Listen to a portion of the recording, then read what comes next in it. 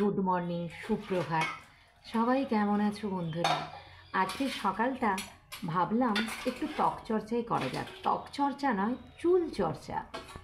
তো কীভাবে করব? তাই চলে এলাম এই যে আয়ুর্বেদিক হেনা এবং তার সঙ্গে আমলা, 2 নম্বর গ্রেডিয়েন্টস। 3 নম্বর গ্রেডিয়েন্টস কী দিলাম? এই যে চা ছেঁকে দিলাম, একটাতে ধরেনি তাই দুটোতে। 4 নম্বর কি দিয়েছি? কলা। 5 নম্বর এই যে ডিম। 6 নম্বর দেব একটু নারকেল তেল। এবারে 7 নম্বর কি দিয়েছি? তেল তো দিয়েই দিলাম। এরপরে 7 নম্বর দিয়েছি দই, বাড়িরই টক দই একটু দিয়ে দিয়েছি।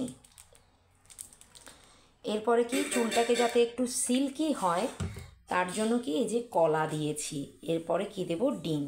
তো এই নিয়ে মাথার চুলে মেখে প্রায় 1 ঘন্টা, মিনিমাম 1 ঘন্টা, না হলে 2 ঘন্টাও রাখতে পারেন। তো রাখার পরে আজকে শ্যাম্পু যেহেতু চুলে হেনা করছেন, তো আজকে অবশ্যই কেউ শ্যাম্পু করবে না।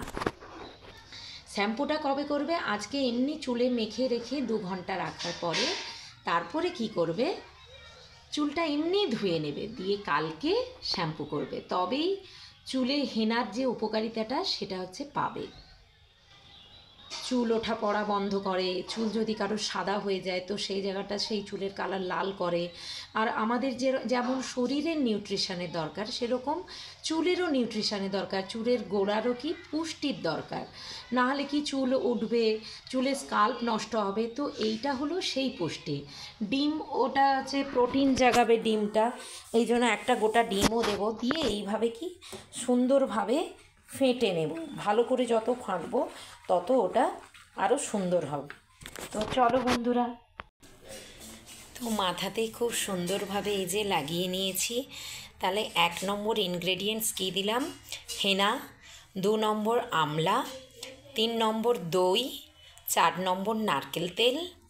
5 নম্বর চায়ের লিকার। 6 নম্বর ডিম। আর 7 নম্বর কলা চটকে দিয়ে দিলাম। ব্যাস, এবারে 1 থেকে 2 ঘন্টা রাখবো, তারপরেই ধুয়ে নেব।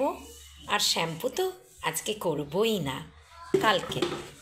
ওকে, তোমরাও বাড়িতে এরকম করো, তাহলে চুলের গোড়া পুষ্টি পাবে, চুল পড়া বন্ধ হবে, চুল সিল্কি হবে, ঘন হবে, খুশকি কম হবে, আর চুলের কি ন্যাচারাল একটা কালার আসবে, খুব সুন্দর।